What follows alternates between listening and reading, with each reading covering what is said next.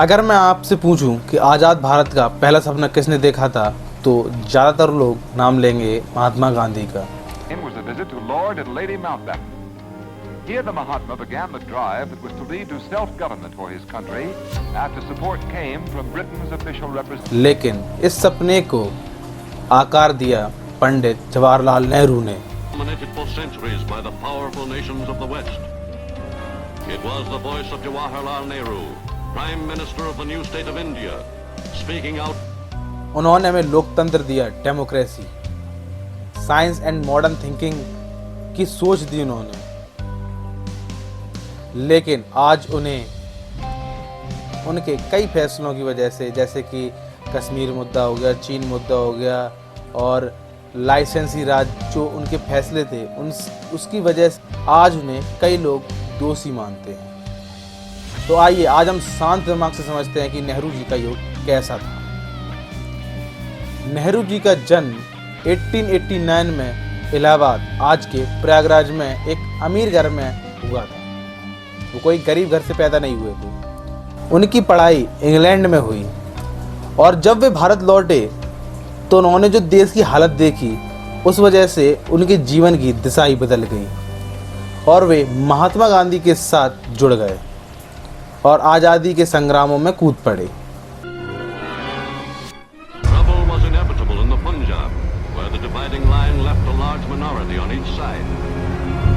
नेहरू का मानना था कि भारत को आगे बढ़ने के लिए साइंस एंड टेक्नोलॉजी, एजुकेशन पर बहुत ज़्यादा काम करना पड़ेगा। इसलिए उन्होंने IITs, एम्स और बार्क जैसे इंस्टीट्यूट की स्थापना की और भारत के पहले प्रधानमंत्री भी पंडित जवाहरलाल नेहरू ही बने।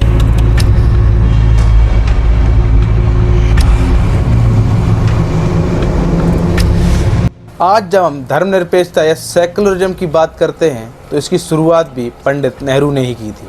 उन्होंने कहा था कि राज्य सभी धर्मों को बराबर समझे, किसी को बड़ा या छोटा ना समझे। उनकी कोशिश थी कि ये देश सिर्फ हिंदू या मुसलमान का ना हो, बल्कि ये देश सबका हो। अब कुछ ऐसे फैसले भी हुए जिनके कारण उनको आलोचनाओं का सामना भी करना पड़ता है। उनमें से एक था कश्मीर मुद्दा। Large areas of cities were destroyed and hundreds of villages were.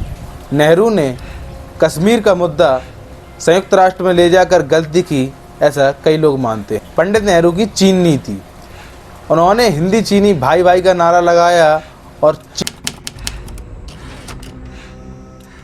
चीन ने 1962 में भारत पर हमला कर दिया और भारत की एक बहुत बड़ी पराजय हुई।